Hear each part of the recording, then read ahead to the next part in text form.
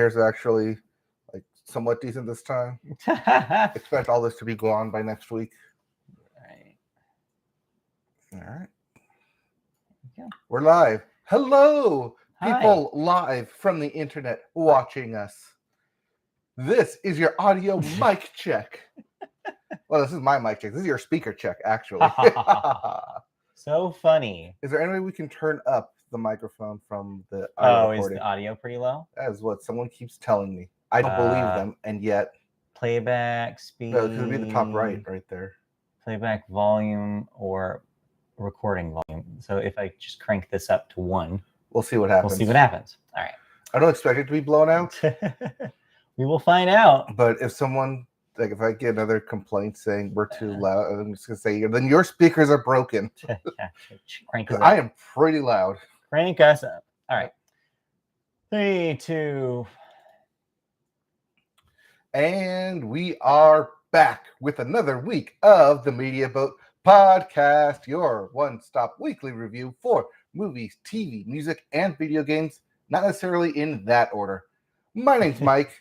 His name is Matt. Hi, I'm Matt. His name is Mike. You've got radio host voice going on right now. You don't usually do this. Yes, because I've had breakfast. I've had coffee. It is Kenny Day. It is Comic-Con Day. Wait, hold on. You had coffee? Okay, I had a bean. You had a coffee bean? Someone gave you a coffee bean? Technically, it was a Jelly Belly coffee bean, so it's a coffee bean. That's not coffee. It's a coffee bean. That's not coffee. That's coffee flavored candy. It's a coffee bean. If it says Jelly Belly on it, who am I to disagree? Anyway, Well, I made myself an iced coffee with cinnamon, so I'm also raring to go. Thank you for joining us for this episode of the Media Boat Podcast. It is July the 23rd, 2022. This is episode 341. Yep. As I mentioned, it is Comic-Con Day. Yes. Big Comic-Con panels are happening today in Hall H. We will have some news of that at the end of the episode. Who knows what'll happen? You don't know. You don't know. We don't know. It'll happen in front of us. Yep, we will report on that, and we'll report on anything else that happens probably next week. But Yes. you care about what's happening this Today. week. But in the meantime, what is happening this week? Oh, a lot's been happening this week. We actually played a lot of thoughts. It's a thought-heavy episode. So let's get right into it. Not really. We have There are thoughts weeks on where we have everything. like 8 shows to talk about. This Yes. is not one of those weeks. This is like 2 each. Okay, but this is where we have thoughts in every category. That's true. So enough with the cold intro. Let's get going. Cold. No, Sorry, it's the opposite of cold here. Yes, iced coffee intro. Let's get going with music, and we start the music with the Billboard, and we start the Billboard with the Hot 100. As it was, Harry Styles once again, your number one song. At number 2, rising number 2, About Damn Time by Lizzo. Maybe he'll take that number 1 spot next week. Maybe. At 3, First Class by Jack Harlow. Coming in at 4, Running Up That Hill, A Deal with God by Kate Bush. Still getting that Stranger Things bump.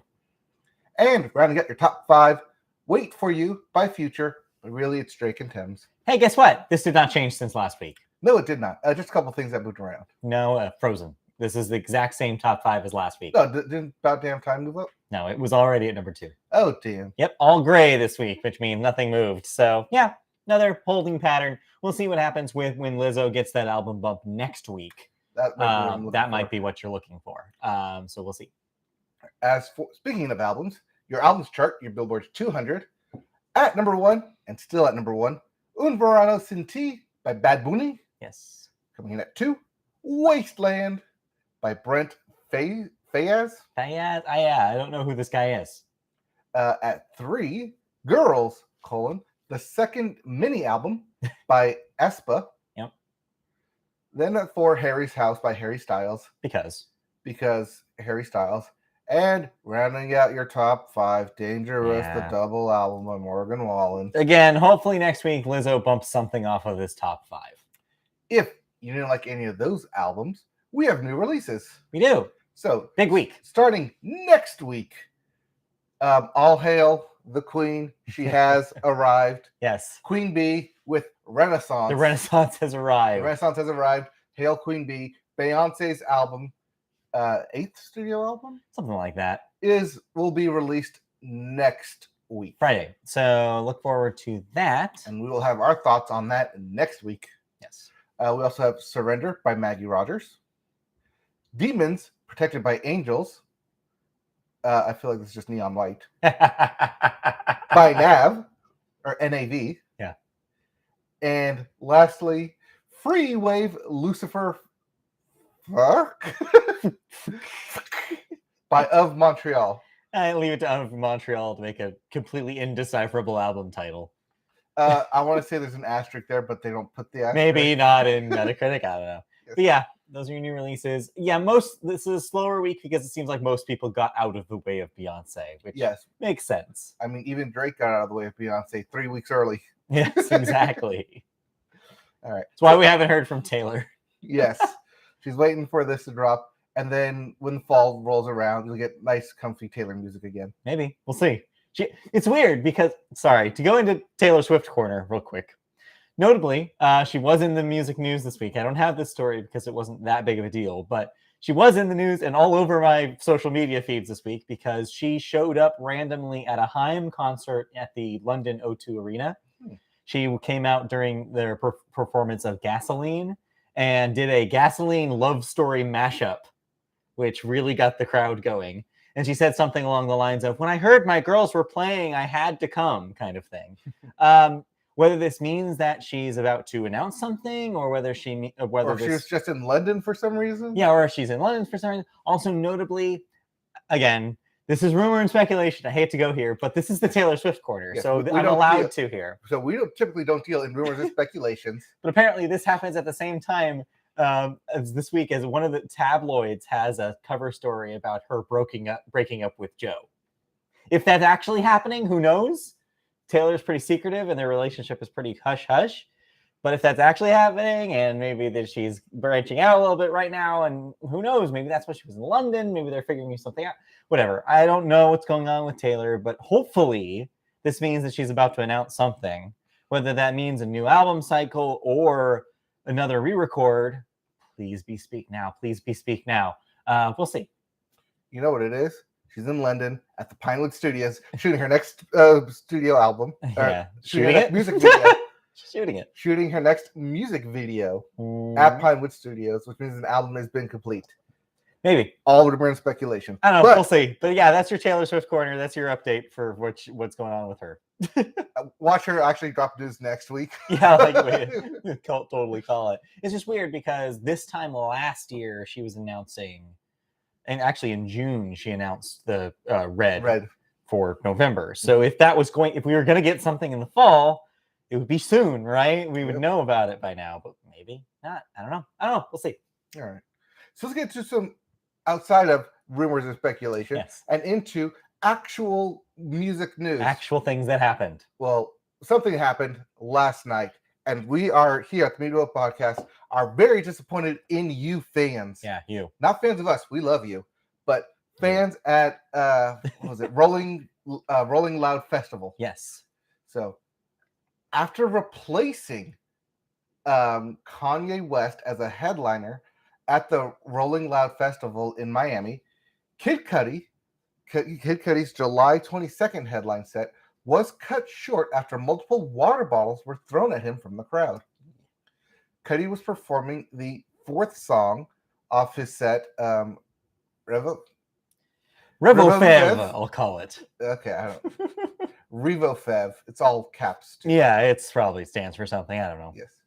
When what appeared to be a bottle thrown from the crowd at him square in the face. Yikes. Quote, "Yo, I will walk off this stage if you all throw one more effing thing up." Wait, no, we're supposed to tag. Yeah. One more fucking thing up the stage. I was going to say, yeah, you're going to have to say it a lot. Yes. I'm not fucking playing. You will ruin it for everybody. I'll fucking leave if you get hit with one more fucking thing. If I see one more fucking thing on this fucking stage, I'm leaving. Don't fuck with me.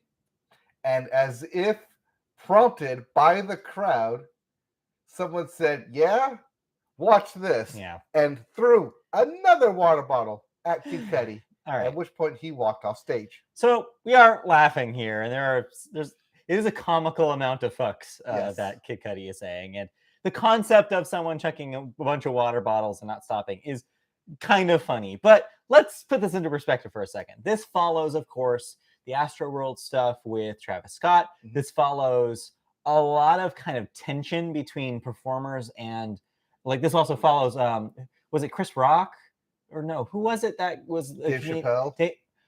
no, it wasn't Dave Chappelle. It was somebody was on stage and somebody went up there and attacked him.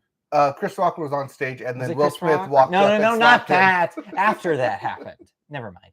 Anyways, so there seems to be a lot of tension right now between audiences and performers and what performers are doing to harass, or sorry, what audience members are doing to harass performers, and this weird dynamic seems to be in flux. It is Dave Chappelle at the Greek. That's It what was you're Dave, thinking. Dave Chappelle, sorry.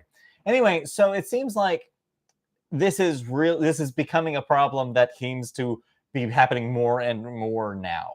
Or maybe we're just seeing more footage of it. I don't know. Regardless, there's a social contract that you enter when you go to see someone perform. Yeah, it's weird that people are starting to step over that line and just assuming that they can take advantage of that. Okay, so but you gave some context to this that actually is relevant here. As the story mentions, Kid Cudi is replacing Kanye West. So you have to keep in mind that a lot of people who bought tickets to this festival were expecting Kanye.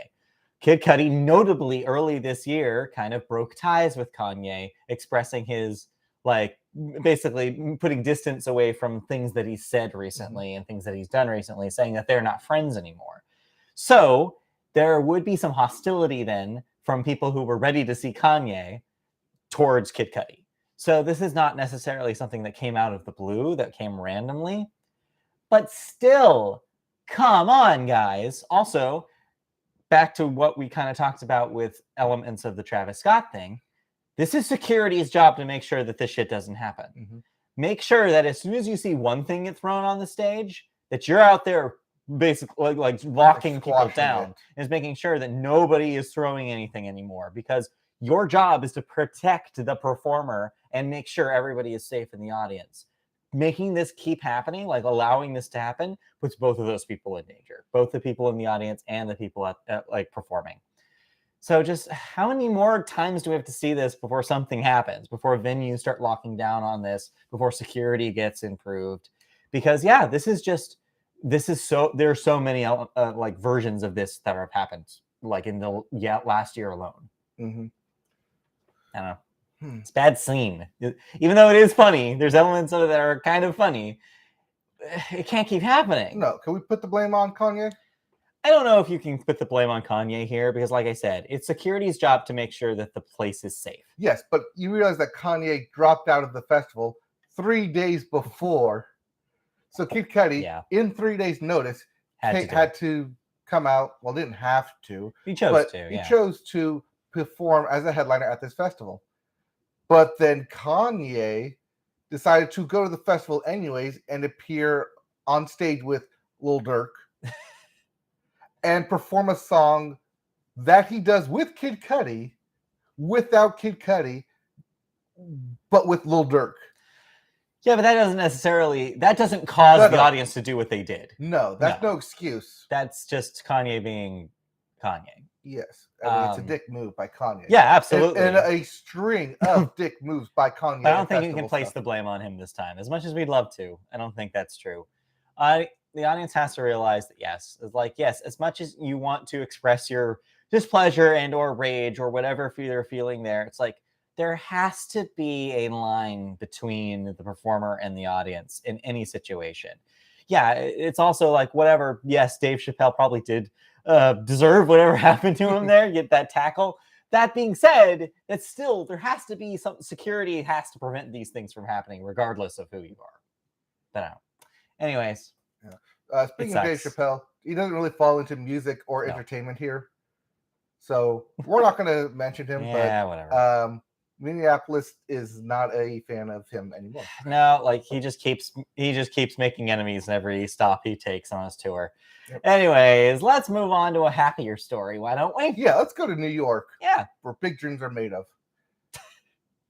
Heard that before? Yes. Yeah, it's a concrete jungle. Because if you can make it here, you can make it anywhere. Yeah, I've heard that as well.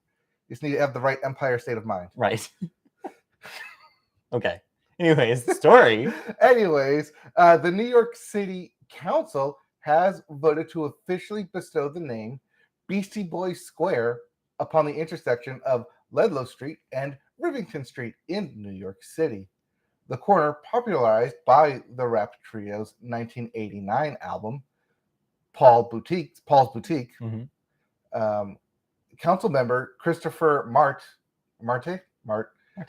confirmed in an interview with local news channel Pix 11 that the effort, which had been pushing for the official dedication for about 9 years, has officially achieved its goal. In 2014, the community board had rejected a petition to rename the Lower East Side corner. Now, the New York City Council accepted the renewed application under the name Beastie Boys Square. On July 14th, Marte said the bill will be called up for a vote and in several weeks, and then it will be passed shortly thereafter. As of now, the bill is awaiting the signature of the city's mayor, Eric Adams. So yeah, I think this will be really cool if this happens. The Beastie Boys in New York are inseparable. Yes. They are one, like they're of a piece, and especially that memorable cover of Paul's Boutique. Like everybody sees that corner, and they're like, "Oh yeah, the Beastie Boys."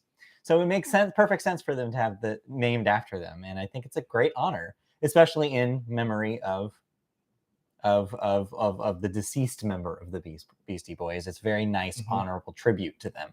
But yeah, I think this is absolutely should happen. It looks like it will happen. Cool. Yeah, 30 years. Follow up. Did you ever listen to Paul's Boutique? I feel like on this very podcast, I gave you homework to do so. It is the best Beastie Boys record. I believe you gave me discography homework to look up Beastie Boys when they released their latest album. I think so. That was years ago. Yes, that was definitely years ago. But yes, I don't know if you ever did that.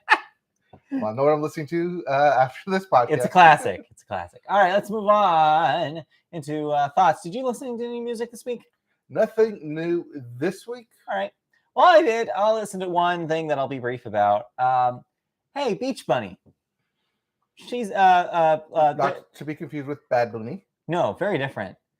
Beach Bunny is a band that's been around for a few years here. One of my recent favorites. They put out their second record this week called Emotional Creature.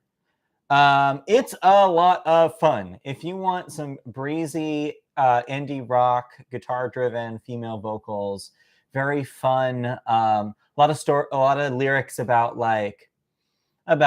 relationships that maybe haven't worked out, maybe like finding yourself kind of at a crossroads in your like mid-20s, maybe feeling a little stressed out or anxious about your life.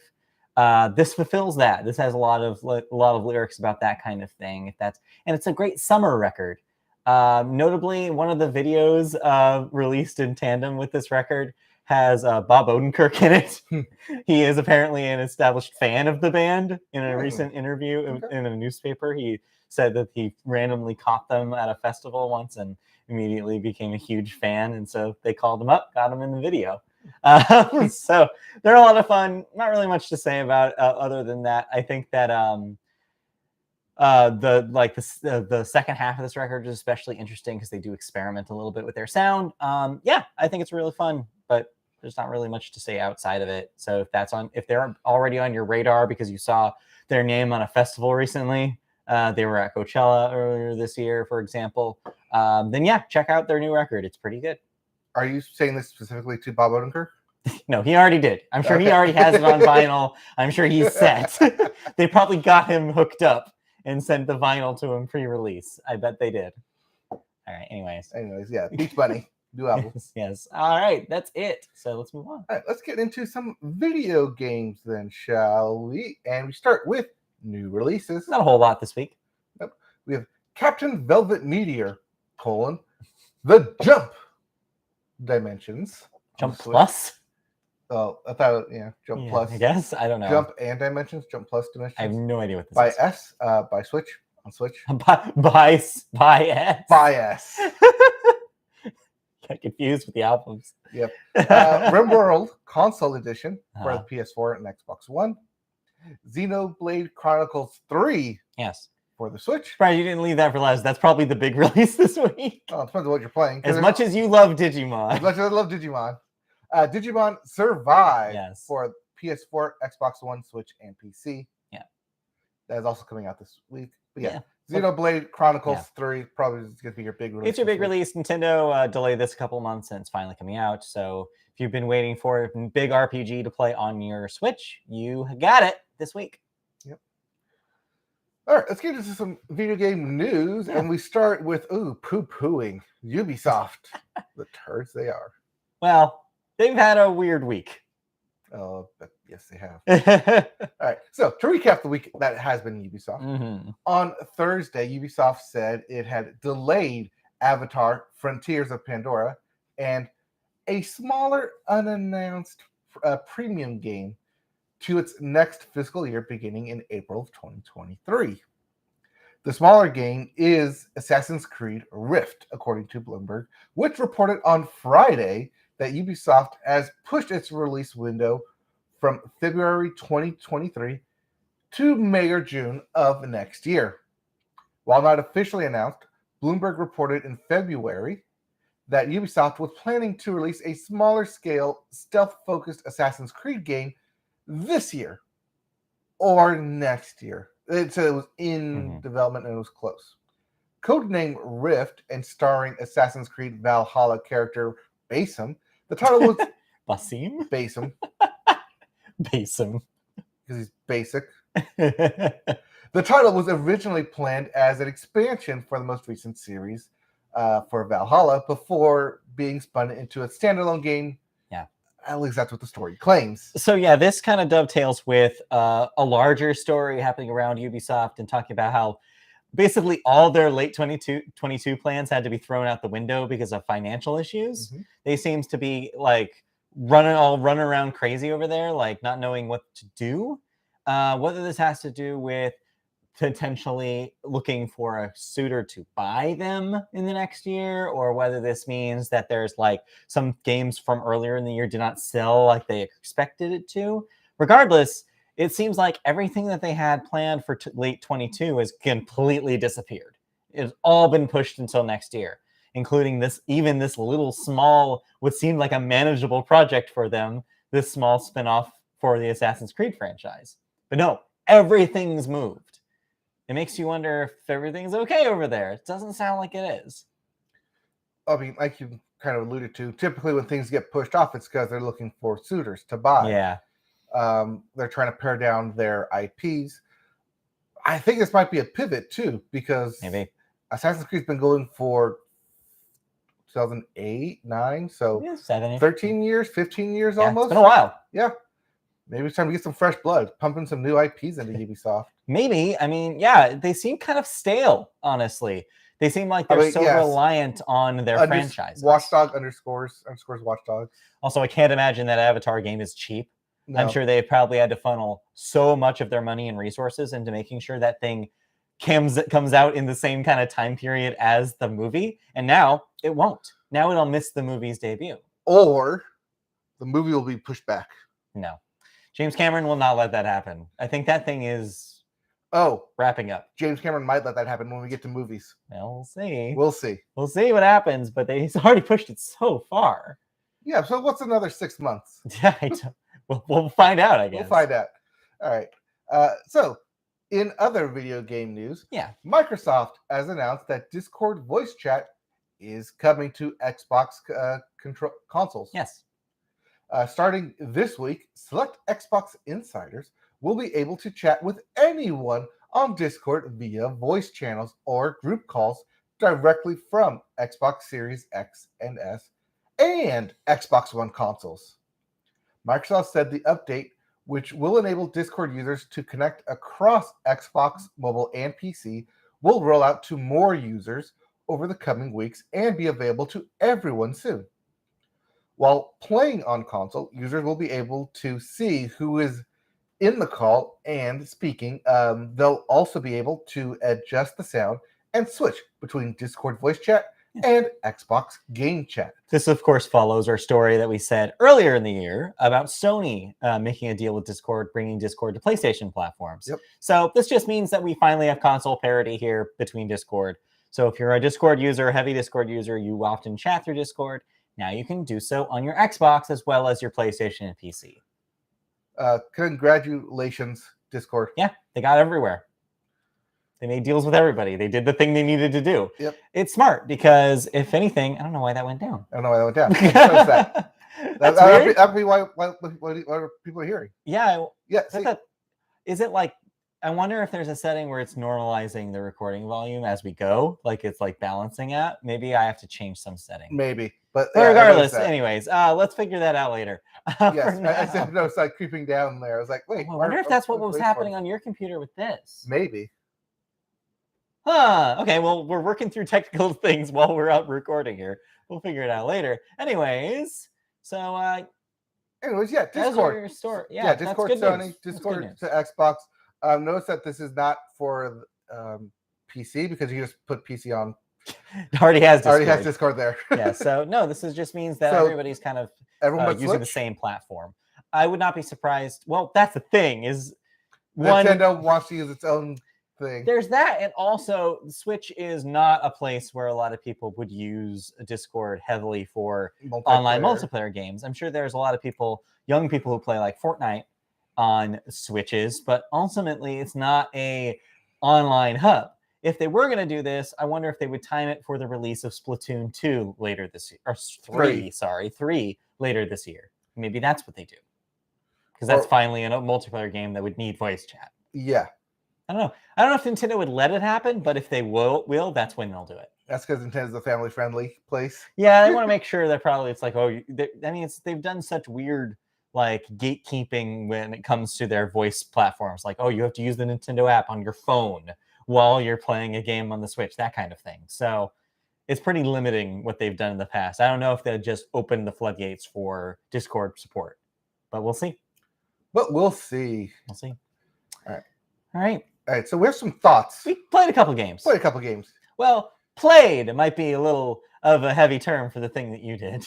Okay. Why? What did you think I did? I rushed through it. I bombarded myself. I fully immersed. No, I wasn't even talking about that. I'm talking about As Dusk Falls, which is a game that you played.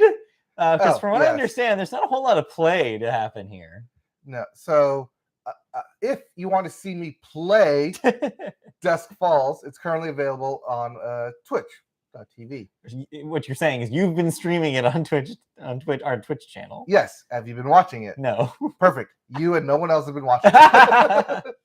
But if you want to. But if you wanted to. So what is As Dusk Falls? Explain for the people. So As Dusk Falls is a story-based driven game guided by your decisions. Think Detroit Become Human. Think Heavy Rain. Think I am very interactive in the story. Yeah. But am I actually making any difference if every tree that it comes out of it eventually goes back to the same decision, and how much control do I actually have? Yeah. It's that. It's one of those. And then the art style. We have to talk about the art style. It's watercolors. It's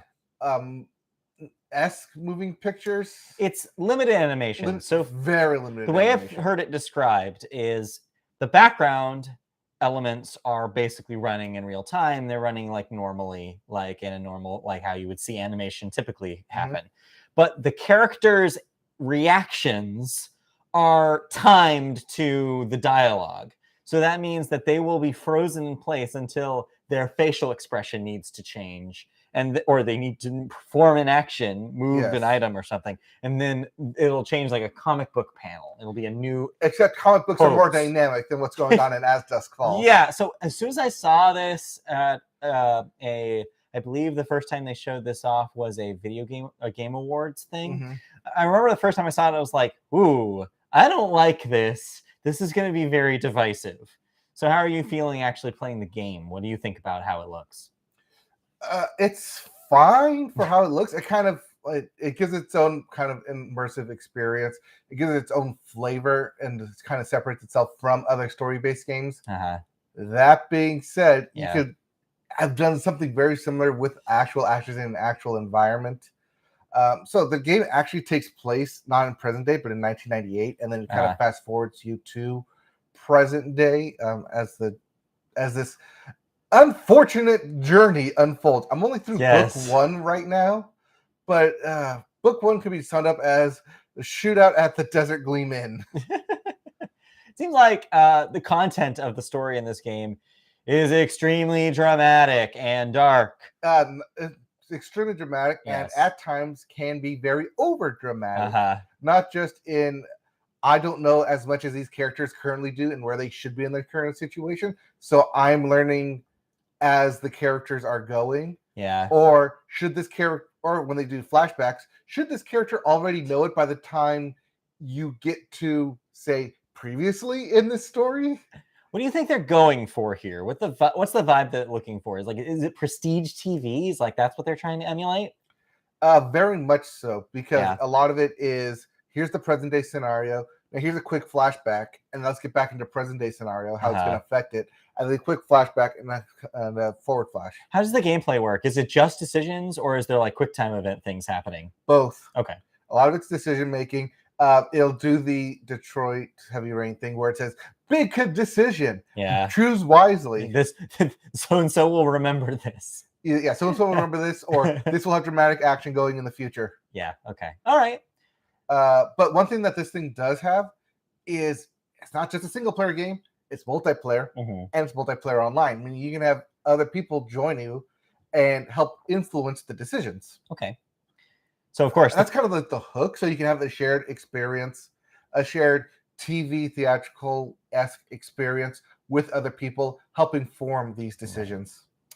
Okay, so then the question would be then, this is similar and playing in the same space as those other games you mentioned. Stuff like Until Dawn, Life is Strange, Detroit. What's the one that just came out for The PS Quarry? Plus? The Quarry, yes. Which is the Until Dawn people. Yep. So how does it rate compared to those experiences? Are they doing something similar enough where it's like fans of those can just jump in? Or do you think it's somewhere underneath the ambition and quality of those? Definitely lower in quality, especially with the Quarry and Until Dawn, because those are very horror based. Oh yeah, but you can actually move around and interact. Yeah, and the animation's good, and like graphics are like really well made. Yes. And yeah. Whereas this, you're stuck in a scene, and the most interaction you have is, here's my person in the corner looking out into this room, and I need to move my mouse around to figure out where to click and interact with. Yeah. That sounds like an old school adventure game almost. And like, do people want that out of a modern game? I don't know. I don't know. Probably not. Doesn't sound like this is that great. Yes. But the thing that is hooking people and it's giving it like all the praise is the in-depth storytelling. Sure. It is layer upon layer upon layer of these characters. Yeah. You're not they give you little hints about like what's gonna happen, but then it does the prestige TV thing, especially the This Is Us storytelling. Yeah. Where it sets you in the present, it makes you think that one thing's gonna happen, then it gives you a flashback and say, oh, but this is actually how they're thinking, or this is actually how that's like how it plays out and how that's gonna affect their decision now. Right. In an attempt to make you, the decision maker, change your decision or influence how you're going to perceive these characters now going forward in this situation. Right. Okay. It's a lot of jumping. It's a lot of back and forth. Storytelling can feel very jumpy at times, especially when you're going from, okay, now I'm playing as this character. Yeah. Well, now I'm playing as this character. Now I'm in this time period. Now I'm going over here. It can be confusing and you can lose track if you're not like playing for a while. I wonder how easy it is to like put this on the shelf for a while and come back to it. I'm going to find out because I just finished book 1. Well, so there's several books. Well, they're not. There's like chapters within the books. So yeah, like an actual book, there's chapters within a book. Okay, that's how books work.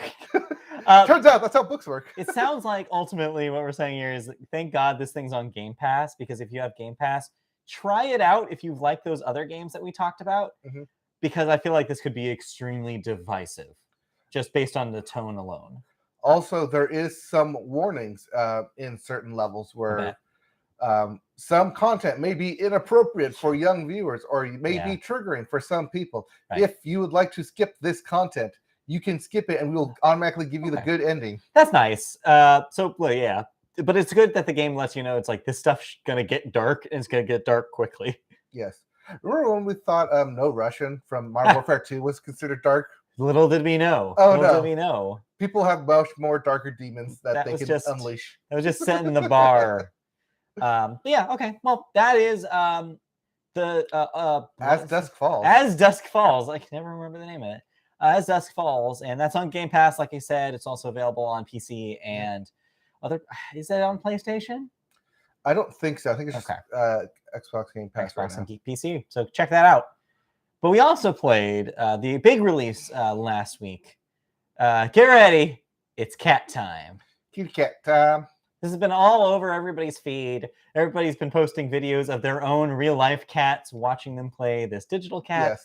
But you're probably wondering, if you're not in the PlayStation ecosystem, what is Stray? Anyways, so Stray is a new game published by Annapurna. Damn, I was going to had make to. that fun. It's easy. It's right so there. easy. It's so easy to do. It is an adventure game. A little bit different definition of that from As Dusk Falls. An adventure game where you're directly controlling a little cute cat who has lost its way from its friends and has ended up in the subterranean tunnels into a place that is completely populated with robots who have seemed to be the only people around, as humans appear to have died out. This appears to be the post-apocalypse. Yes. All organic life is non-existent. Except for, apparently, those who have survived, like this cat and the Yes. cat's friends, in the outside world. It is so basically you're tasked, after you find a drone robot who wants to help you out, to help find out how to get to the outside world and figure out whether there is a way back to your friends. Yeah. And it's a lot of platforming around the city, Yes. platforming to solve puzzles, Yes. picking stuff up, interacting with the different robots. Right. It seems like basically the verbs here are puzzle solving, talking to robots, and basically uncovering the memories of what happened to the people, what happened to organic life, why things are why they are right now, and like I said, ultimately to get the cat back to where the cat's from. But the hook here is that, yeah, all that sounds interesting on its face, but the hook is you play as a cat, and this cat does very cat things. It is the most cat that you're ever going to find in a video game. You see a carpet, you're going to need that carpet. You're going to just dig those nails into that carpet, make little biscuits. Yep, you're going to scratch on the doors or the sides of furniture. Mm-hmm. You're going to meow at everything. You're going to meow at a button press, even while somebody is talking to you. Yep. You can fall asleep on a bed of pillows if you see it and you want to. You get a trophy if you sleep long enough, by the way. Mm-hmm. Just a little hint for people who are looking for that 100%. It's just and when you wake up, big stretch, because that's what cats do. They do the big stretch. It's just the cutest little cat and the cutest little actions. Every little move that the cat does seems to like they did a lot of work, like watching cats in real life do different things. The animations are just perfect. If you love cats, you have to at least watch footage of Stray, if not play it yourself, because cat lovers will love every second of the cat's interactions with its world. Not just cat lovers. I got while I was playing it with my doctor. Yes. She asked, "Are you a cat person now?" It's so I'm just running around like meowing at everyone, like, "Oh, look at the cat do things! Look at the cat do things!" It might convert. Look at her push things over. It might convert people. Oh yeah, I didn't even mention. Yes, the cat urge above all cat urges. Oh, this thing's by the ledge. Push it over. Doesn't need to be there. Let's push it over. And the cool thing about Stray is that most of these things have gameplay elements to them. There are puzzles you can solve by pushing things over. Mm-hmm. There are puzzles you can solve by scratching at, say, a window like curtain and making it flop up. There are actual like gameplay reasons to do cat-like things. Which brings the question, is it too cat and not enough about the story and the world and like what you're doing? Or is there enough of a balance there where the two things complement each other? So I am further than you. Yes, you're much further. Way further than you. And yes, there is a lot of meta commentary as you progress through the town, through the slums, through the city. There's a lot of meta commentary, especially because there are no people there. There's Yeah. meta commentary on organic life versus inorganic life. Right. What does it mean to be alive, especially as Wow. robots interact with a cat that is physically alive? And like, am I alive? Is this like these are robots? That's pretty heady for the cute cat game to Right. get involved in.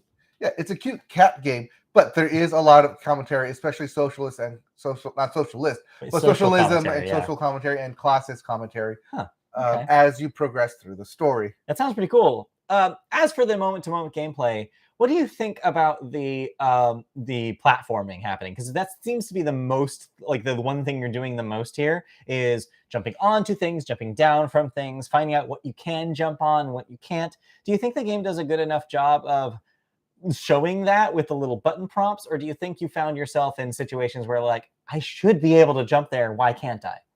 I have found that at several points, but then I realized that if I jump there, there's literally nothing there. So that's why it's stopping you. That's why it doesn't want you to do that.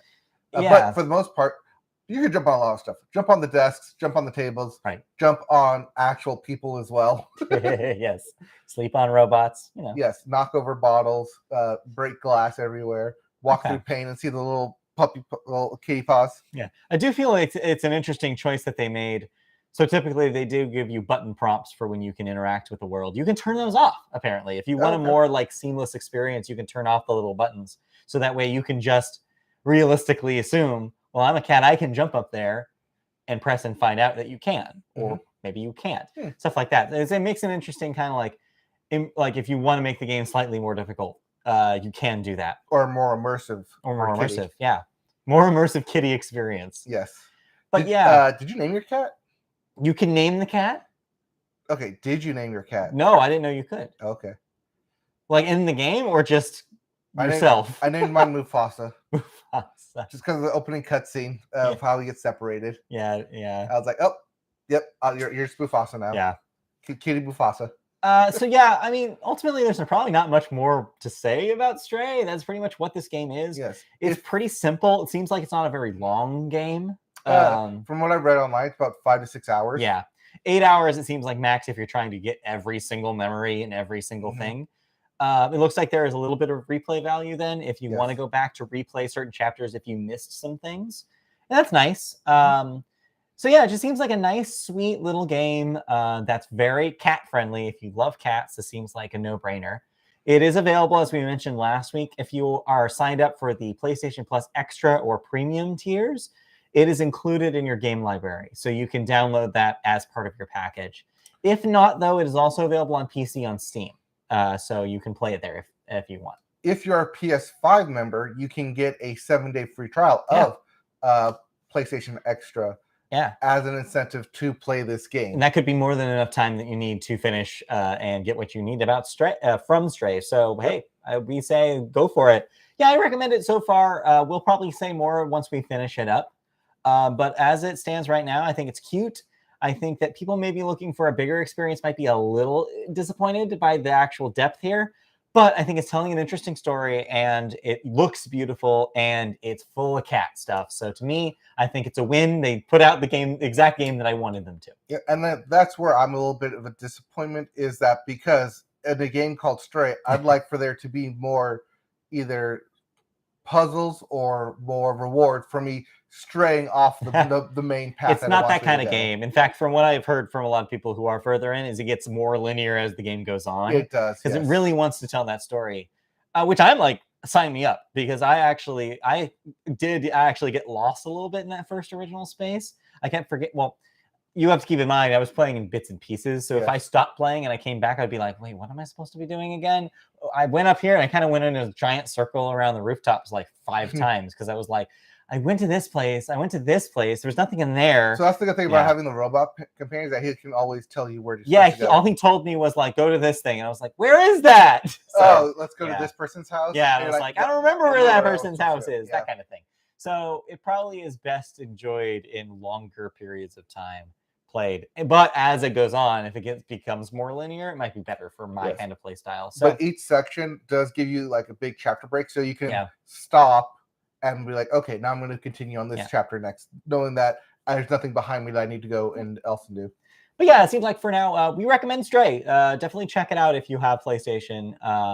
Or if you love cats, hey, just get it on your computer. It seems to like run really well, regardless of platform. So, Yep.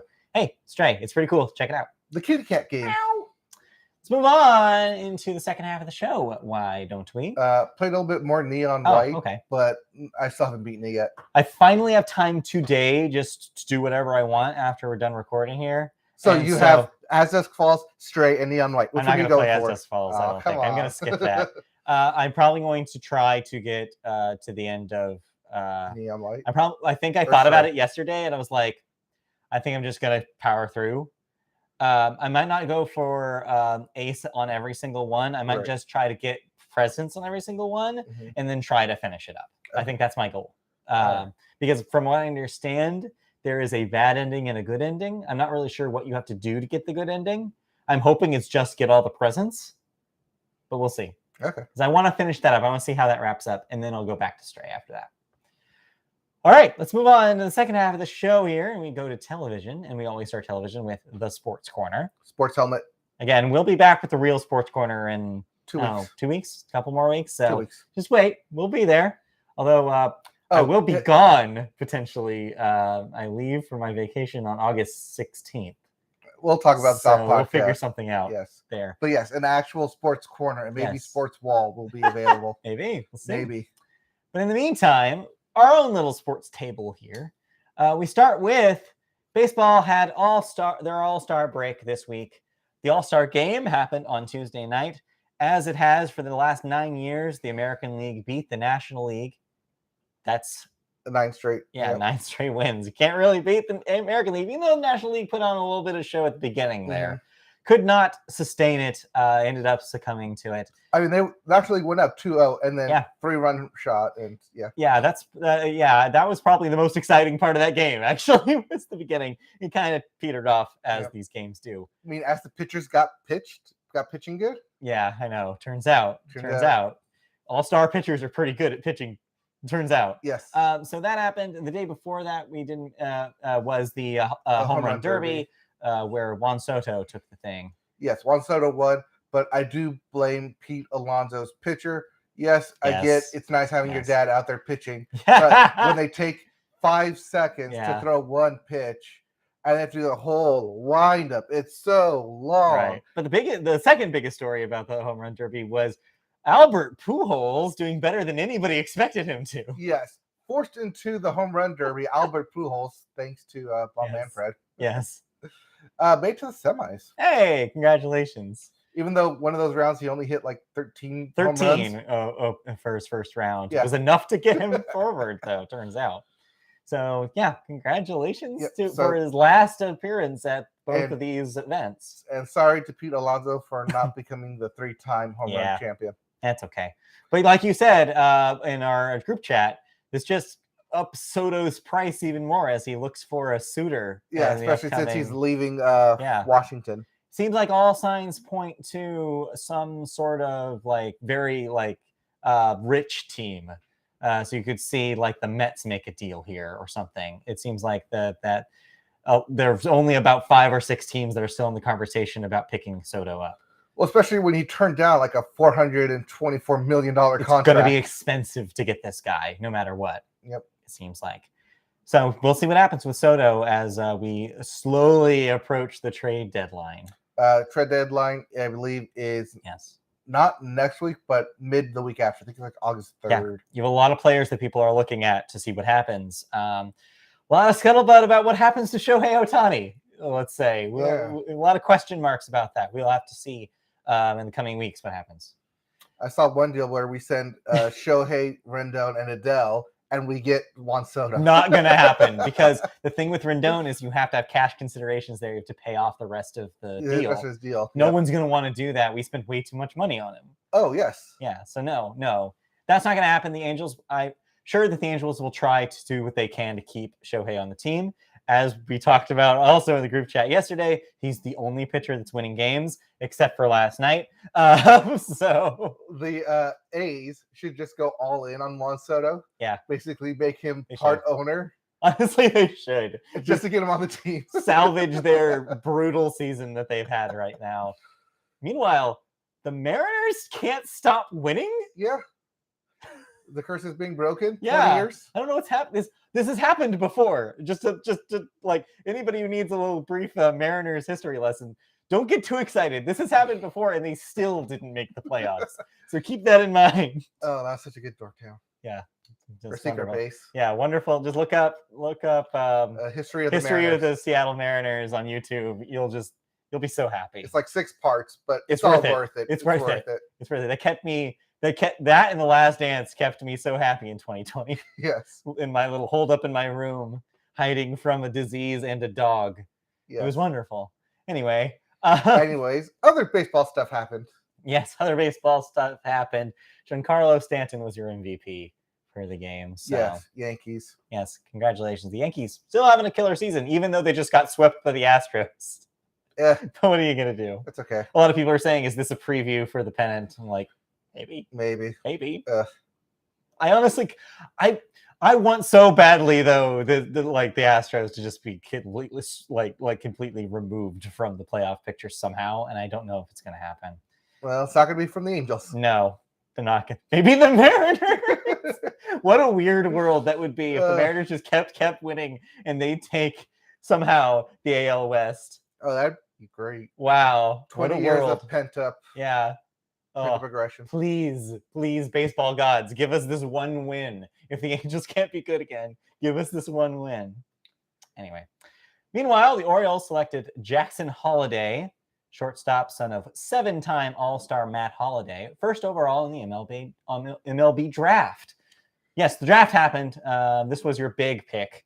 There was some smaller, interesting picks happening as the draft went on. I think I saw that in the top 10, 4 of them were sons of former MLB players. Nepotism season is upon us. Yes. Including Jackson Holliday. Yes. So some good picks, it seems like, all over the place. Blue Jays, meanwhile, last night had a big headline as they played a football game against the Boston Red Sox. I was so mad nobody's commented on my joke in the group chat yesterday. Oh, the game probably was over by then. No, I said that when it was still 25-3. Oh. It just got worse for Boston after that. But yes, 28-5 in Boston, which is not something that should happen in Boston, the way that stadium is set up. That's a small stadium.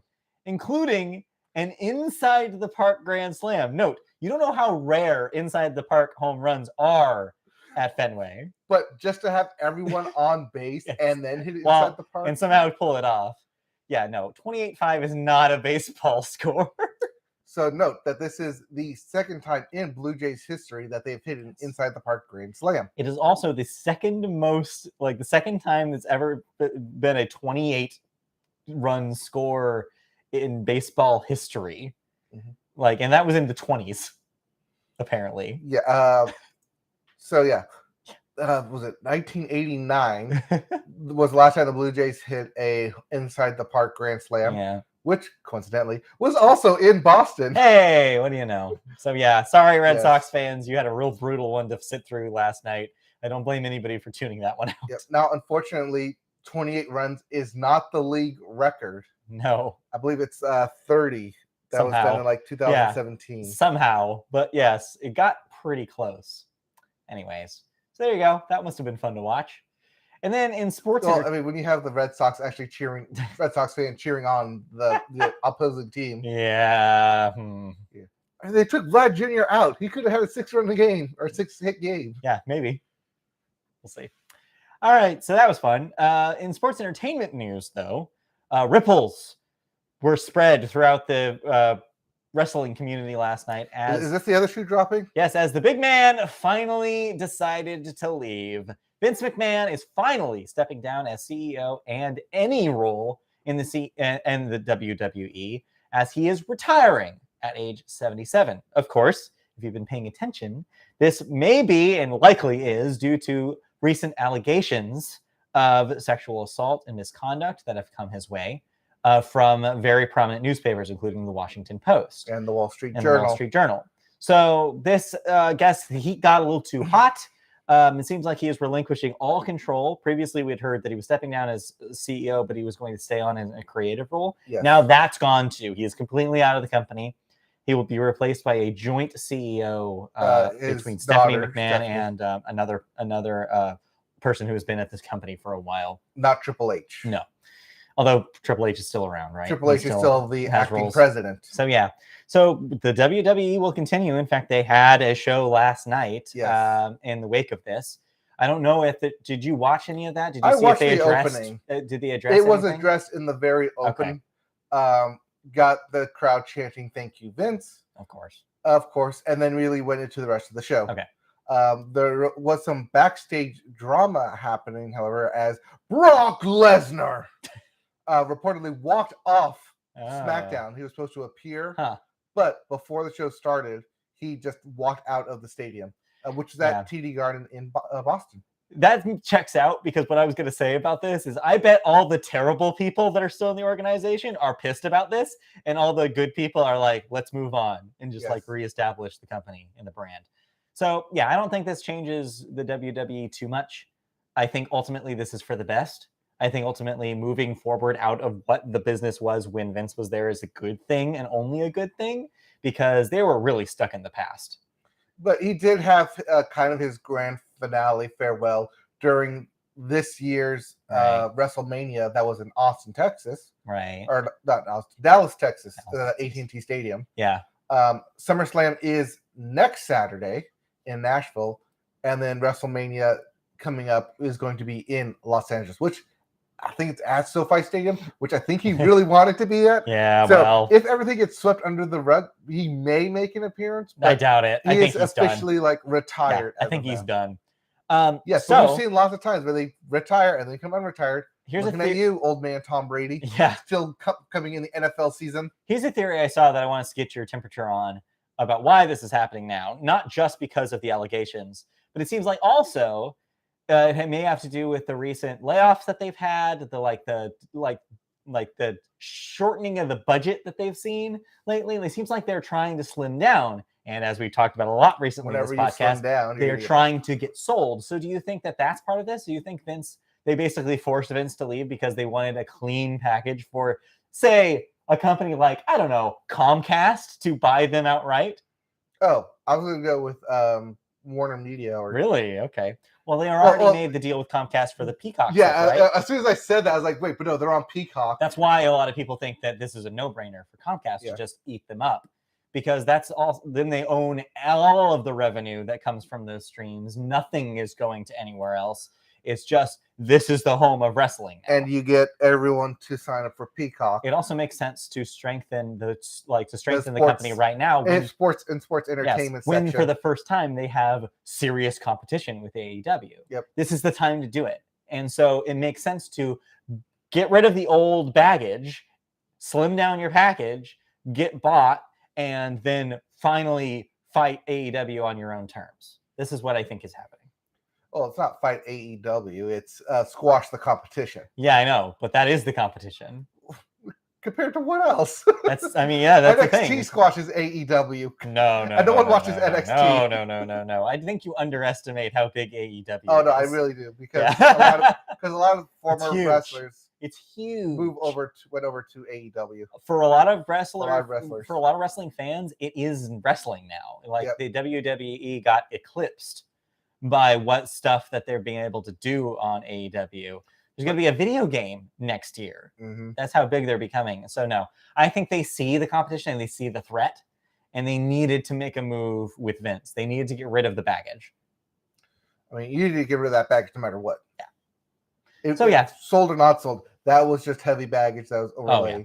So it was an iron fist that now that it's been levied, they can now rise. Yes, hopefully. Like a higher balloon. I would love to see the company be cool again. I would love to see the most mainstream wrestling company be like what they should be, and really and have a compelling product again, instead of being weighed down by the people that they really, just keep making bad decisions for them. So good news, hopefully. I mean, I never thought I'd live to see the day that Vince McMahon retired. I really thought he was going to die there. Yeah. Guess not. All right. All right. Um, Anything else in sports that we should talk about before we move on? Kyler Murray got paid too much. But yeah, he'll be an Arizona Cardinal. Training camp begins next week. This upcoming Monday, I believe, is when training camp begins because it is 1 week left until August, and that's the start of football season. Yes. Oh, baby. Get ready. It's a coming. Get ready. Fantasy football is right around the corner. Well, until then, let's move on to television news. And our first story actually does have a crossover with sports, but we'll get there. It's about Prime Video, Amazon's streaming service that has, got really old really quickly, didn't it? Have you opened up Prime Yes, Video I recently looked at it last week, and I was like, oh, the UI is so bad. This looks like it jumped out of 2009. Well, guess what? Someone heard you. Well, someone may not have heard me, but they definitely were thinking about this because Amazon will indeed launch a major redesign of its streaming service. Yes, this week that includes a clearer emphasis on Amazon Originals, live programming, and the streamers' most watched titles on their homepage. The homepage will now include an updated navigation menu, thank God, with easier access to live programming and sports, with streaming channels organized similarly to a live TV program guide that allows viewers to see what shows are currently airing and coming up next. This is similar to stuff that Peacock has been doing, as well as some other streaming services. I want to say Paramount Plus also has something like this. Because it's not HBO Max. Yes. The sports navigation refresh will likely be key as Amazon prepares to exclusively stream Thursday Night Football later this fall. Prime Video's homepage will also feature a top 10 carousel, just like Netflix's, with the most viewed titles on the streaming service in an effort to highlight shows and films exclusive to Amazon.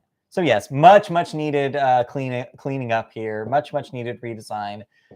Why not showcase the things that make your service special? Like, why not go for exclusives first? It's what Netflix does. It's what Apple TV Plus does.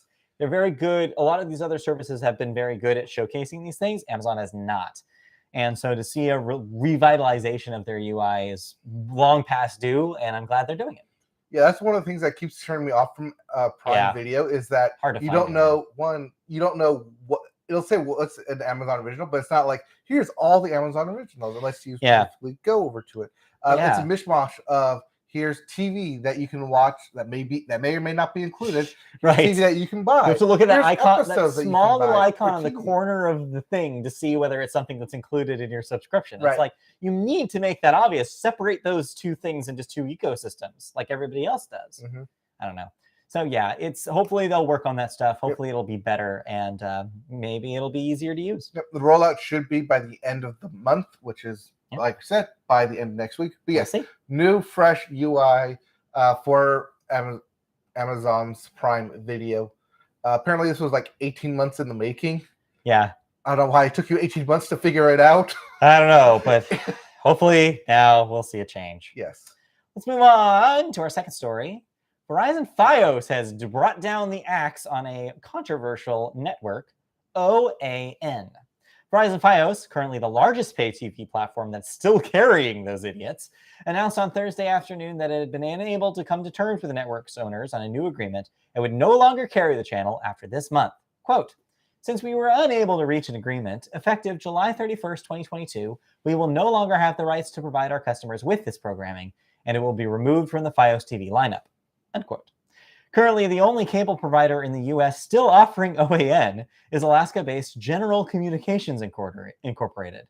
Unfortunately for the network, GCI is only available in a little over 100,000 households and is looking to completely ditch cable just for streaming. Beyond that, OAN is available on little-known digital platforms VIFGO and Cloud TV. That's KLOWD. Cloud with a K. Yes, Cloud with a K and a W. And a W. Following DirecTV's decision last week, I believe, to drop the Pro-Trump channel, depriving OAN of its biggest revenue stream by far, the channel has gone through an existential crisis. Besides dealing with the talent exodus and dropping employee morale, One American News also faces billion-dollar lawsuits over the election lies spread by his hosts. And just like the Vince McMahon story, good riddance, we hardly wanted you anyways. Yep, I'm waiting for them to drag OAN into these January 6th insurrection hearings. Oh God. And just like play their clips like, what did you mean here? Yeah. Look at this. This is the reason. This is part of the cause. Yeah, it's so funny because they always advertise themselves like, oh, we're even more truthy than Fox News. They were like trying to ride on the coattails of the people who Fox News is their Trumpism. Bible and try to be like, no, but we don't even bother inviting the liberals on here. We're not even going to try. We're going to be the most conservative right-wing thing you've ever seen. Please, and it's backfired on them. Come enter our echo chamber, however small it may be. So yeah, honestly, I'm glad that these media companies are realizing how toxic this company is and how everything they're saying is stupid and lying. So yeah, no, it's good to see them being slowly pushed out of every service that they want to be. 3 years too late? Yeah, but hey, what are you gonna do? All right, you watched a couple of things on television beyond the All-Star stuff that we talked about. Yep. But one of them does have to do with sports because it's Manly Man Tears time. Manly Man Tears time. The ESPYs were this past weekend. Congratulations, Shohei Ohtani, for being Athlete of the Year, or Male Athlete of the Year. Yes, and what was the wonderful thing he said? It was have a wonderful everything and enjoy your after parties. Yes. The man can never not be great. There's also very heavy presence on Brittany Griner throughout the show. Yes. And not just because Steph Curry was hosting, but there was a lot of emphasis on Brittany Griner, not just, like I said, not just from the host, but also from a lot of the speeches. I'm honestly shocked. Shocked we still see no movement from the government on that. There was also a lot of praising of Title IX. I think it was the 30th? Yeah, 50th anniversary. Or 50th anniversary? 50th anniversary? Yeah, that sounds right. 70. Yeah, because it's 70s. Yeah. So 50th anniversary of the Title IX started with Mickey Guyton singing with Billie Jean King doing an intro. And then slowly all the women women athletes affected from Title IX going forward came out from the shadows and be like, I'm an effect of Title IX. And it's just so moving. It's cool. So moving. But yeah, Manly Man Tears, we're shedding them right now. Pardon me. It does it. That's supposed to do it good. That's their thing. Yep. Unfortunately, best team was not the LA Rams. They voted for the Golden State Warriors. Yeah, sure. Lots of fun jokes being poked at Steph Curry and Draymond Green throughout the show. As you do. Because, off-court drama leads to better comedies. Of course. I kind of wish that they would have Seth Meyers come out and say, like, they said Seth was hosting. I'm Seth. You're Seth. No, it's Steph, not Seth. Oh, my bad. There you go. You have a future writing awful exchanges for award shows. Yes. Hire me. Anyway. But yeah, any other notable things that happened or awards won? Albert Pujols won for the Muhammad Ali Fighting Award. Okay. That was a surprising one because I didn't expect that one. Okay. The Pat Tillman Heroism Award, the Arthur Ashe Courage Award continues as well. Any other big awards or upsets or shocks? Not that I can think of. Okay. Pretty much standard throughout. Standard ESPYs. Okay. Nothing really too shocking. Pretty much called everything. Sounds about right. Yep. Okay, cool. Those happened. You also watched something else? Yes. Immediately following the All-Star game. Oh, that's right. This is what this is. Okay, This is. Following the All-Star game was the first episode of The Captain. So I saw this was going to happen. Christy and I actually went to dinner right after the All-Star game, so we missed this. But it was playing. We went to the Tutto Fresco, and they were playing it on the TV until somebody, I guess, at another table requested that it be muted. So I heard like the first 20 minutes of The Captain. Yes. But yeah, so this is a docuseries, not too dissimilar to The Last Dance, but about Derek Jeter. So not too dissimilar from Man in the Arena. Yes. Which followed Tom Brady. And yes, not too dissimilar from The Last Dance. This is the baseball version of that, following Derek Jeter, the captain, of the New York Yankees for 20 years, A long time. something like that. First episode is humble beginnings, how he was a rookie, how he fell in love with the game of baseball, inspiration and help from his family to become good, to get good, and then his first unofficial season as a New York Yankees during the 1995 playoffs. Either 94 95 Okay. playoffs where they eventually lost, but Derek Jeter just being in the clubhouse, not officially on the 27-man roster, but being in the dugout in uniform, can't play, wanting to play, can't play, but just being around the legends that is the New York Yankees, Yankee Stadium, George Steinbrenner, all that kind of stuff, Right. like why he was drafted, like basically the humble beginnings of what would become Derek Jeter. Yeah. Second episode in the preview, kind of more of what I want to see and what I'm more interested in, because growing up, like Yankees, biggest thing on TV, because they were like the headliners of non-national games. It was the national televised games. And yeah, the 90s, we saw another dynasty of World Series wins from them. Yep.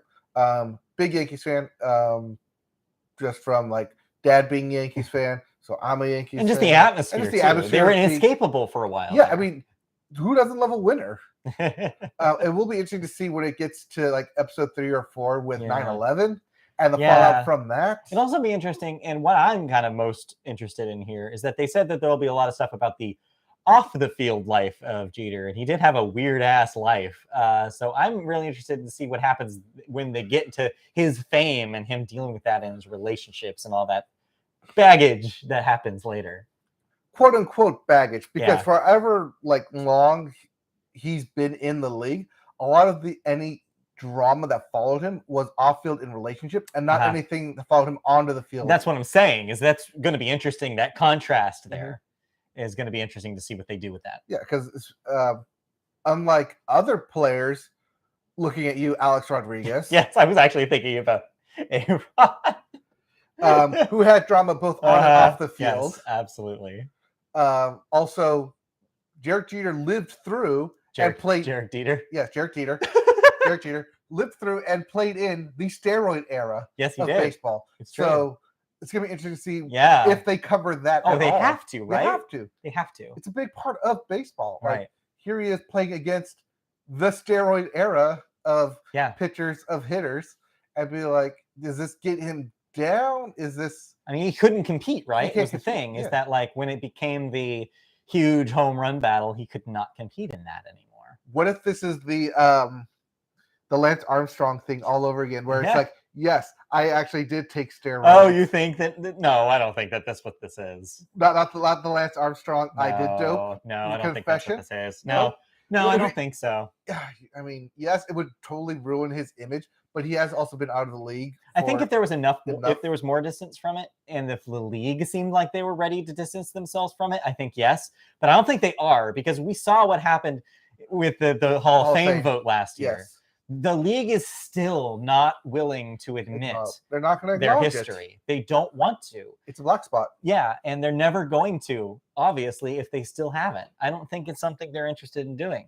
They should. They should. It's your history. You should talk about it. So we'll see. We'll see how the rest of this thing. But yeah, I want to watch this and I want to catch up on it because it does seem interesting. I unlike you, do not have a whole lot of history with the Yankees franchise, and I do not have a whole lot of knowledge except for very generalized knowledge about Derek Jeter. So this would be a learning experience for me as a more recent baseball fan. So yeah, it'd be interesting. I'm sure somewhere in like the trunk of like the trunk of a box somewhere in my parents' house is second grader me doing a history, like a Who's Your Hero project on Derek Jeter. Oh, that's cute. That's wonderful. I'm pretty sure that still exists somewhere. To dig that up. I don't want to. Anyway. But it's going to be there. It's going to be there. All right. Well, the captain. That's the captain. So that is in progress right now. And that's on ESPN, ESPN Plus. Yep. That's it right now, right? Yeah, because the ESPN film joint. They did not make a Netflix deal like they did with The Last Dance. So this is not there. No. Okay. It's like Man in the Arena. So it'll come to Disney Plus later. It'll be on Disney Plus later once the final episodes come out. That checks out. All right. Anything else on television to mention before we move on? I did end up watching Generation Gap. Yeah, it's fun, watching- right? yeah. It's all right. It's okay. There was not a new one this week, so there's only the 2 episodes so far.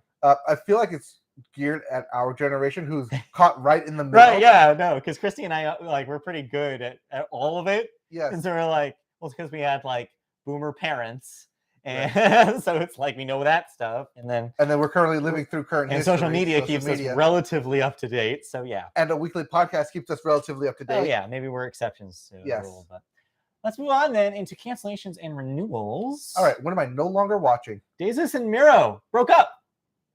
Yeah. They had a big, that was kind of the big news in podcast and television world this they week. have a big falling out. They kind of made an impact on podcasting and on like their show on Showtime. That will end as its 4th season, as they have announced that they will be taking creative separation. They will be doing separate things. Yeah. So I think they were going forward. signed on for a 5th season, Yeah. but they never shot anything for it, and they just broke up. I guess decided they didn't want to do it anymore. So bye. Bye. Good luck in well, future. Maybe we'll get there eventually. Yeah, we'll see. We'll see. Yeah, we will also have that impact. No, no, we won't. Not on culture. Next up, FX has renewed Breeders. I don't know what that is, but it's a disgusting name for a 4th season. And hey, good news for you. Sci-Fi somehow brought back Resident Alien from the perceived dead. Like we thought this was done. I thought so too. Those Yeah. damn half seasons. Yeah. So 3rd season of Resident Alien on its way. And then just one death to talk about. Really young one though. Jack Knight, age 28. Comedian, writer, actor, was recently in things like Big Mouth, Bust Down, and Blackish. Yeah, Whew. 28's young. Yikes, that's young. Up and coming comedian, Yeah, that's sad. writer. Do we know why? I think So I'm not going to speculate. So I don't want to get it wrong, so no. Yeah, let's not. So, well, yes, condolences then to friends and family. That's brutal. Yep. Let's move on into the final section of this show today. See, this is not a long show. Oh, Depends on how long we go on the movies, though. Yeah, we're We'll gonna see. go along in the movies. We always start the movie section with the box office numbers, and this weekend, Thor: Love and Thunder came in number 1 again, but notably, $46.6 million, the biggest drop for a Marvel movie, right? Yeah, it's $100 million drop. Yeah, that's a huge bit difference for a Marvel film, and it sets a new record for biggest drop there. So it is at domestically only at 233. Yikes! Should Disney be concerned? Not a whole lot of word of mouth saying like you have to go out and see this. No, in fact, the opposite. It seems like a lot of people are pretty down on this one. Mhm. Makes you wonder, is maybe the jet's cooling a little bit on the Marvel stuff? Well, I think because it's not connecting to anything. It's a very standalone. Okay, maybe. And Thor is no longer big enough to support his own movie. Maybe? Are we looking I like don't know. back to Thor 1 and Thor 2 films? Was he ever? That's the thing, though. is I No, he feel was like never. That's the thing, is I wonder if this is just because it's a Thor film, or whether, like, I guess we'll have to wait till the next big release to find out ultimately what this means. The next one's going to be Black Panther Wakanda Forever Right. coming out in November, which we Yes. still do not have a teaser Oh, for we still don't know enough. It as seems of like- this recording. Yeah, today? They were today. Maybe? Comic-Con, Yeah. Paul H. probably going to have something. Well, we'll see. We'll But definitely yeah, see. as of right now, us talking to you of this We recording, do not know. there is no current trailer out. Yes. Speaking of, bring up Speaking stuff of- for later. But in the meantime, Yes. the rest of your top 5 here. Number 2, Minions: The Rise of Gru with another $26 million. That's at $263 million. Number 3, Where the Crawdads Sing with another $17 million debut this week. Number 4, Top Gun: Maverick, $12 million, adding to its $618 million total. That will be your best performing movie of the year, Yeah, it will be. unless somehow Wakanda Forever beats it. I doubt it. In 2 months. Maybe. I don't know. Could Not happen. 2 months. People love Black Panther. Yeah, but even Black Panther took at least 4. Yeah, Like, yeah, maybe. We'll see. 600's a lot. And then number 5, Baz Luhrmann's Elvis with another $8.8 million. That's at $106 million. That's probably doing pretty decent with the budget that it probably had. I mean, it's $100 million with Tom Hanks Yeah. and So yeah, Austin Butler. yeah. So I'm sure it's doing okay. Yeah. And then, in case you're wondering what your other debut last week was, well, Paws of Fury: The Legend of Hank only made $6.3 million. Hong So Kong Philly knockoff? that is a bomb. That is not going to make its money. Yeah, that's a Hong Kong Philly knockoff. All right, let's move on to this upcoming weekend. We have just one big release. No, two big releases. Two. We have too many dates on here. Two big releases. Vengeance, which you're going to have to remind me what Vengeance is.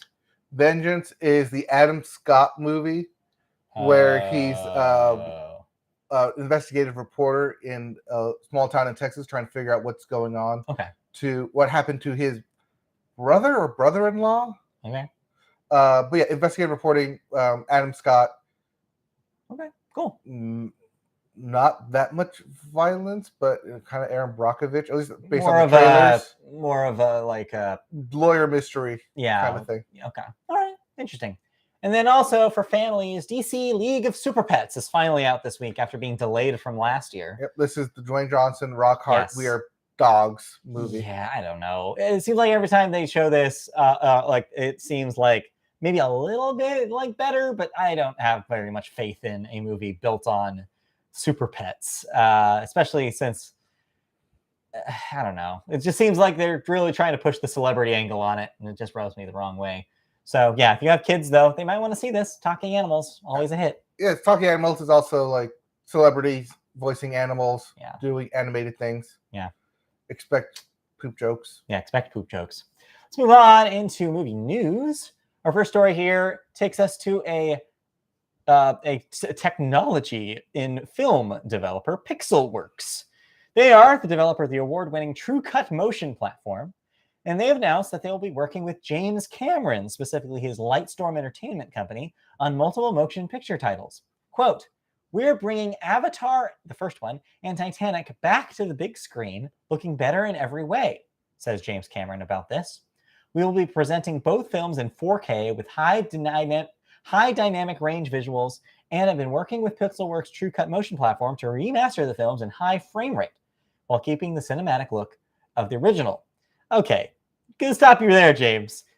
That's the sentence doesn't make sense to me, because if you're presenting them in high frame rate, it's not going to look like the cinematic look of the original. Yep. Because everybody knows what those look like, and this is not going to look like that. So by high frame rate, he's talking about going from 24 Yes. frames to 28 frames. Yeah, like I guess, It's right? a higher frame rate. It's a higher frame rate.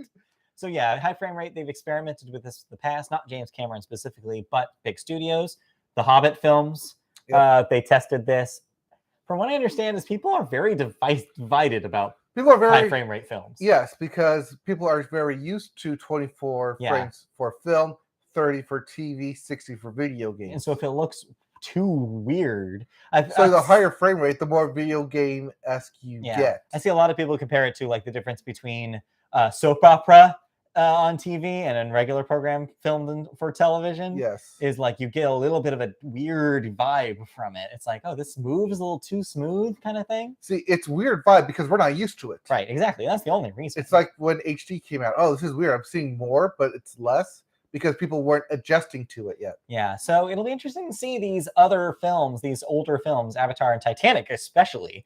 Titanic, may I remind you, is from 1997. Well, this will be Titanic's fifth Re-release? Yeah, they did Re-release? it in 3D. They've done Yep, so they many did times. 3D. They've done the 20th anniversary. Yeah. They've done the 100th anniversary of the sinking. Yeah. They're doing this version. This will be the fifth re-release of Titanic. I'm just saying, James Cameron knows how to make money, and re-releasing your films is a good way to do that. Well, this is a way for Titanic to try and pass Avatar again. Yeah, it was just back and forth. Or to films to pass the Avengers films. Oh, well, Avatar will do it thanks to this, I'm Yes. sure. But yeah, interesting ideas, but I'm not sure if I'm totally sold. Is So- what I'll say. Because of this news and because this is going to be rolled out, I assume this year. This is why I give credence to earlier in the podcast of Avatar, Okay. The Way of Water being pushed back. I don't think so. I think there's too much riding on them having a big tentpole release that even James Cameron, I don't think, can argue. Yes, but It coming out it's a this year. tentpole release in December on Christmas Yeah. Day. I think it'll hit. Do you want to bet?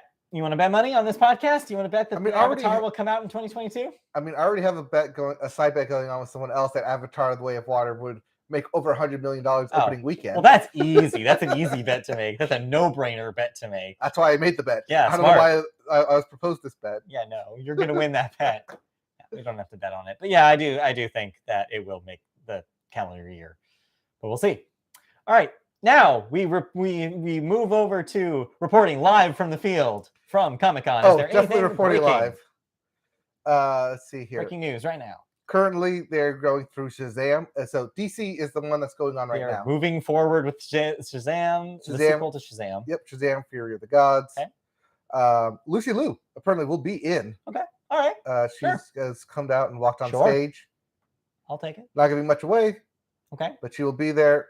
And Helen Mirren and Rachel Zegler will also be in the film. Wow, what a cast. Yep. A lot of Shazam news going on right now. Okay. They literally just started. Okay. I think Lucy Liu is going to be the villain. So basically, you're saying that our podcast was too fast. We don't actually have that much news to report. Well, that's why I was trying to stretch it out. But we do have news. Not my fault. We don't have stuff to talk about. I know, but it's literally going on right now as we speak. So So yesterday, I'll just squeeze in here with it. Yesterday, Disney or Marvel revealed stuff for the Disney Plus series, a lot of its TV shows. Yes, this is film section, but the film section of Marvel is going on later today at 5:00. Yes, West Coast time. Currently, right now, we're recording this about 10:30 a.m. West Coast time. Yeah, and DC Warner Brothers is currently presenting right now in Hall H. So news is slowly trickling out. Maybe by the time we go through our thoughts, we'll have more news we can talk about. We'll double check, but for now, just assume that things are happening. Yes, we'll definitely have a full breakdown next weekend. Okay. Or next week's podcast, we will talk about all the Comic-Con news. But in the meantime, we do have a couple of thoughts about movies. We both saw movies, and I think movies that maybe we'll be talking about later this year. You mean like at the end of the year? At least personally for me, yes. Okay. But yes, why don't you start? You saw the big release this week. Nope. Yes, you did. Nope. Yes, you did. Nope. Yes, you did. Nope. You saw Nope. Nope. Jordan Peele's Nope. Yep. Yep. Yep. Nope. Yep. You saw Nope. Yep. Yes. No. Yes. Nope. Yes. All right. Who's on third? Yeah. Exactly. Let's talk about Nope. Yeah. So Jordan Peele's third film. Yes. Nope. Following up Get Out and Us. Yes. This is Jordan Peele firmly going into horror film. Oh yeah. But also with the added subtext and layers that you'd come to expect following Get Out and he has Us. carved out a niche for himself. Yes. For sure. Especially when he's very an auteur by this point. Oh yeah. Especially with his third film where he's got a style where it's going to open up. You're not going to know what's going on. And then slowly things will be given to you. Things will get put into place. And by the time you get to the third act, you're like, okay, here's the spectacle now. Right. And very much the same thing with Nope, which can be both a good thing and a bad thing, depending on where you land on. Sure. What Nope does well, at least personally, not going to be for everyone, is that it delves well into Hollywood. And Hollywood in terms of working with animals. And not just Hollywood working with animals, but people interacting with animals. A lot of subtext going on there with humans controlling nature, trying to understand things of nature and make nature work for humans, following scripts. But things don't always go too well, especially if you don't obey by nature's laws. Right. There's also a lot of subtext going on with practical versus spectacle. Is it better to have practical effects or special effects? Is it easier to do stuff that is more practical or do something that is more special? Also, a lot of subtext layers on how Hollywood interacts with having the shot, the spectacle shot, the money shot. What in a world where everything can be digitized, how can you make sure that something that is fantastical and feel more real and like showing the burden of proof, especially when you can have the effect shots essentially thrown into anything. Yeah. Seems like it's doing a lot. Oh, it's a lot of layers. Yeah. Have you not seen a Jordan Peele film? I mean, yes, but yeah, no, I mean, like, good for him. But like, yeah, so like, does it pull off all of this? Does it seem like it makes this all into a tidy package that's understandable for most people? No. Oh, okay. But that being said, it does deserve rewatches, Well, of course, yeah. as most Jordan Peele films do. Yeah. I highly suggest watching this once, at least in theaters. It's definitely a good spectacle in theaters. Take some time with it. Think about it. Let it blow around in your head, and then watch it again when it comes out on streaming or Blu-ray, and then you'll have a better appreciation of it. Much in the same way that I had a better appreciation watching Doctor Strange Multiverse of Madness a second time when it was on streaming. Yeah. Now that I knew going in, okay, here's what's going to happen. Here's what the horror elements that are going to happen. I can like understand and kind of follow a lot better than everything being thrown at me all at once. Right. That makes sense. Unlike Everything Everywhere All at Once, which I was able to pretty much follow all the way through. Yeah. Yes, I am throwing that in there yet constantly this week. Well, I mean, yes, but it had to be somewhere. But yeah, I really enjoyed Nope. I really enjoyed the acting. Congratulations, Daniel Kaluuya. Yeah. Please give this man an Oscar. It's about time, right? Because I know he was nominated for Judas and the Black Messiah. Yeah, did not win. Didn't win. Should have. Didn't. Nope. Keke Palmer is also in this. Really good acting. They play really good brother-sister dynamic duo. Stephen Yeun is also in here. Him of Minari fame. Speckle. Speckle on Tuca and Birdie. Yep. I always have to mention Tuca and Birdie. As the antagonist here. Yeah. But yeah, lots of layers, lots of subtext. Cool. A lot of it may be thrown past you in your face because you're expecting one thing, but then given another. Yeah. But that is also Jordan Peele's style of setting you up expecting one thing and then turning around and making it something else. How does it compare to his previous work? Does this reach the heights of Get Out, or does it kind of settle where it's kind of where Us was? I think it's better than Us. Okay. But not as good as Get Out because it's kind of really hard to hit the highs that Get Out. It was a moment. But there was a moment. Is also very straightforward, and you can tell what was going on, what was happening, how everything was conveyed. Whereas Us, you don't get the full picture until the very end. Whereas here, you get the full picture about halfway through, but then the very end, when you realize what they're trying to do, and like they kind of set everything up for the third act, you're like, okay, now I'm just in here for the ride. Okay. Very Spielberg-esque. Sure. Especially that third act. All right. Interesting. Okay. That's high praise. It's very high praise. Once again, this thing will be nominated for Academy Awards. Sure. I don't have to tell you that. It's Jordan Peele. Great. It's dope. It's great cast, great writing. I'm happy for him. I'm glad that he, after kind of Us, was a little, I feel like underwhelming for a lot of people. My problem with Us was that if you sat with it and thought about it for a long while, things started to not make sense, especially when you consider like, what if people travel cross country? What are you doing there? What's it saying? Yeah, so it's good to see him like bounce back a little bit here. It seems like this is pretty universally loved already. Yes, this is more grounded than Us was. A lot easier to follow. That's good. So I'd rank Get Out, Nope, and then Us. Cool, great. I'm glad. But they're all in like the 85 to 95% range there. So. Well, I'm glad it's good. I will eventually see it, just like Get Out. I probably will see it months after. But yeah, I'm glad that it's good. And congratulations to Jordan Peele. Definitely watch it before the end of the year. Okay, I should. I probably should. I'm sure it'll be on streaming at some point. Yeah, but yeah, a lot of it is like Hollywood-driven, Hollywood-esque, very like inside baseball. Yeah. But at the same time, it's also converes to like the commonplace, especially talking about like UFOs and trying to capture like, do aliens exist? Interesting. All right. Well, that's Nope. I also have a movie that I'm going to say you should absolutely watch before the end of the year. And I'm talking about one we've talked about for a few weeks here, waiting for it to get wide released. Yes, A24's. Yes, A24's Marcel the Shell with Shoes On. So this will probably be the second A24 film that we're going to highly praise this year. Yes. For context, if you aren't familiar with Marcel, do yourself a favor, go onto YouTube and just search his original videos. You know what I mean. So the Marcel character debuted in a series of YouTube videos way back then from creator Dean Fleischer Camp and co-creator Jenny Slate. That Jenny Slate? That Jenny Slate. Basically, the concept is like Marcel, as the name implies, is a shell with shoes on. And it was a little diminutive arts and crafts project, like one of those little things you pick up at the gift shop outside a beach or something. And it's about the videos, the original videos are just about him like hanging out in a big house, having big house adventures with like being a little shell.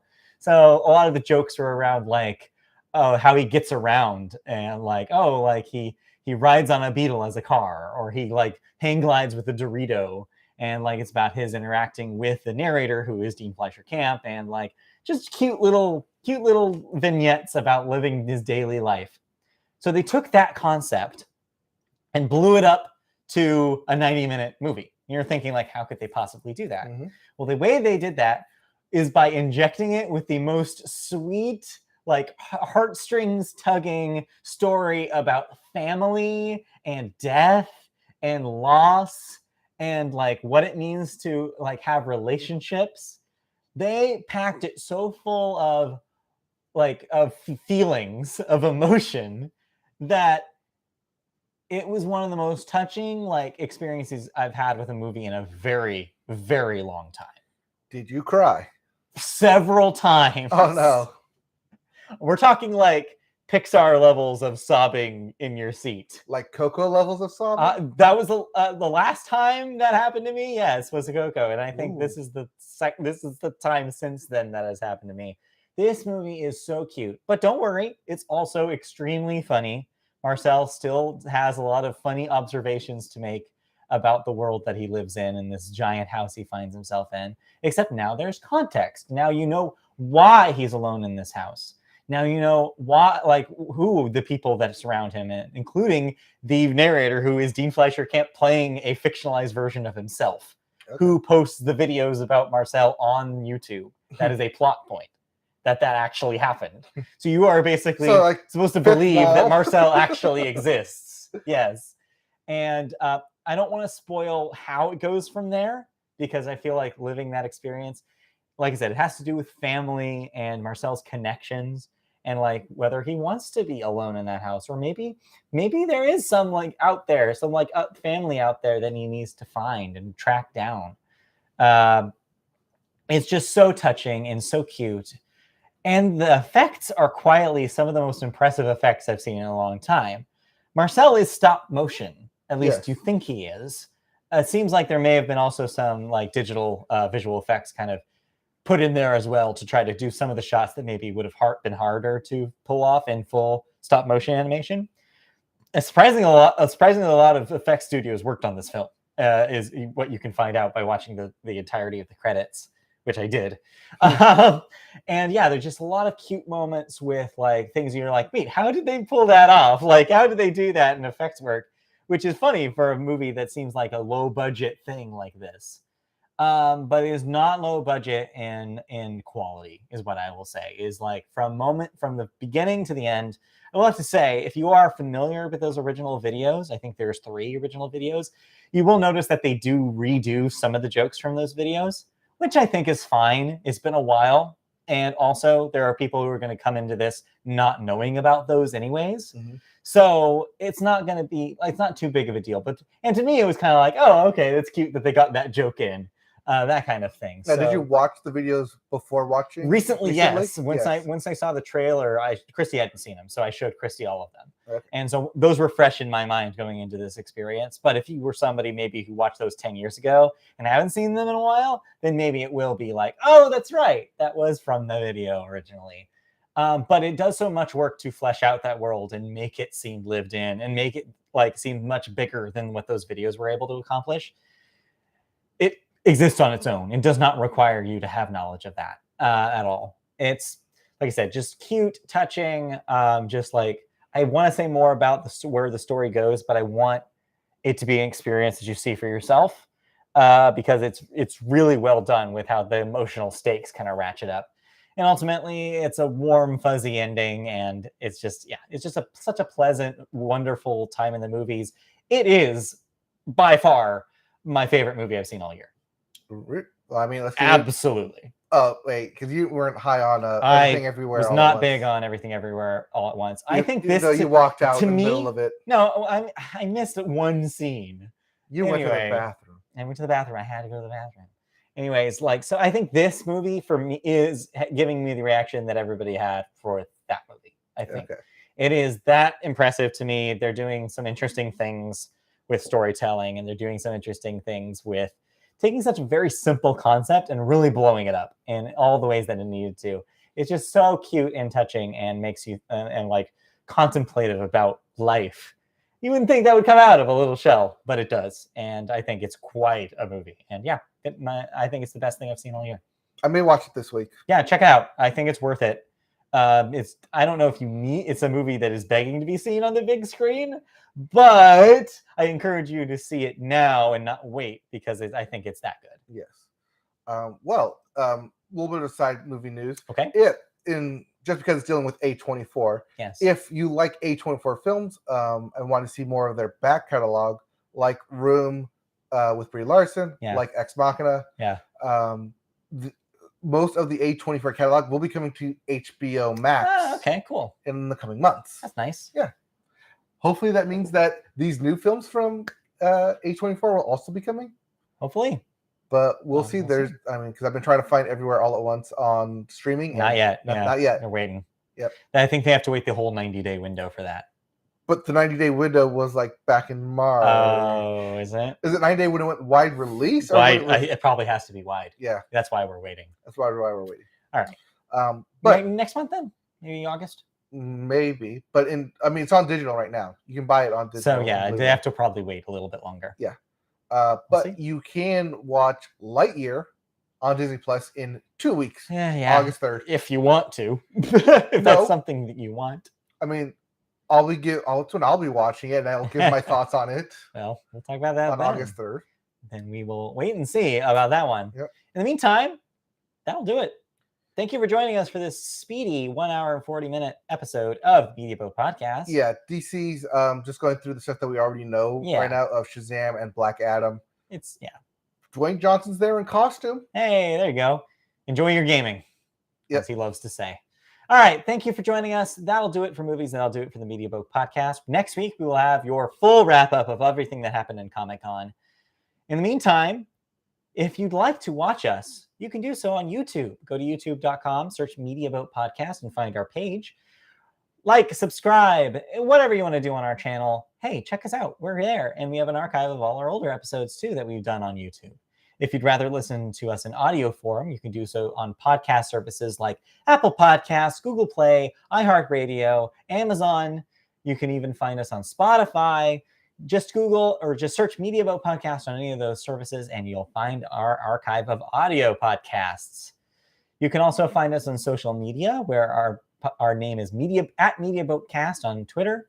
You can find us on Facebook by searching Media Boat Podcast. And MediaBoatPodcast.com is where we have an archive of all our episodes there as well. And last but definitely not least, if you have any questions, comments, feedback about the show, anything you want us to know, you can email us on MediaBoatPodcast@gmail.com. And if you do so, we will read your email live here on the show. Or if you know us directly, you can hunt us down and just yell in our faces. Yeah, I mean that too, but maybe don't do that. Yes, Thank you. because COVID. Yes, because COVID. Thank you for doing that. For not doing that, I should say. Thank you for listening and watching and however you engage with us today. We'll be back next week for another episode. So stay tuned. Enjoy your week. Yep, we'll be back next week with Beyonce reviews and thoughts. Yes. With San Diego Comic-Con Yes. announcements. Yes. And More consistent audio. more consistent audio. I'll probably end up finishing Stray as well. Yeah. And yeah, I All said, probably end up seeing Marcel the Snail. I'll try to knock out Neon White, but Yep. we'll see. All right. All right. See you guys next time. Bye-bye. Okay, bye. And Bye. bye. Bye. Hey. So yeah,